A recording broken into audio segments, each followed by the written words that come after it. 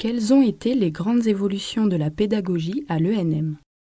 Je crois que les grandes évolutions de la pédagogie, elles ont suivi les grandes périodes historiques, c'est-à-dire qu'en 1959, au début de l'école, c'était extrêmement traditionnel, avec les grands recrutements de la moitié des années 70, où il commençait à y avoir une ouverture, une réflexion extrêmement importante sur la pédagogie, avec des gens, les maîtres de conférences, qui vont se professionnaliser, qui vont s'ouvrir, des universitaires, des intervenants extérieurs qui vont venir. En fin de compte, tous les 10 ans, 15 ans, il y a des grandes réformes qui arrivent de la pédagogie, à la fois sur les modes de recrutement concours et les méthodes d'enseignement.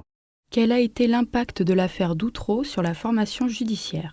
Je crois qu'il y a eu deux aspects. D'ailleurs, pour la magistrature elle-même, ça a été un énorme traumatisme aussi pour les magistrats. Cette remise en cause, les promotions après ont été très sensibilisées à l'erreur judiciaire. Et puis, effectivement, la réforme de 2008, qui est née directement de l'affaire Doutreau.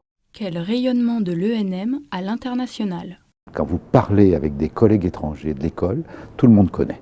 Tout le monde connaît l'école de la magistrature, parce que les magistrats de l'école sont très très demandés. Il y a eu à la fois ces stages à l'étranger des auditeurs de justice qui sont très importants, et puis le modèle de l'école, la coopération internationale. Et quand on regarde le classement du Conseil de l'Europe, de la CEPEJ, sur les points forts et les points faibles de la France, dans les points forts, il y a la formation des magistrats. Donc là-dessus, le rayonnement international de l'école, il est pour tout magistrat une évidence. Mais ça ne veut pas dire qu'il ne faut pas constamment l'améliorer. Voilà.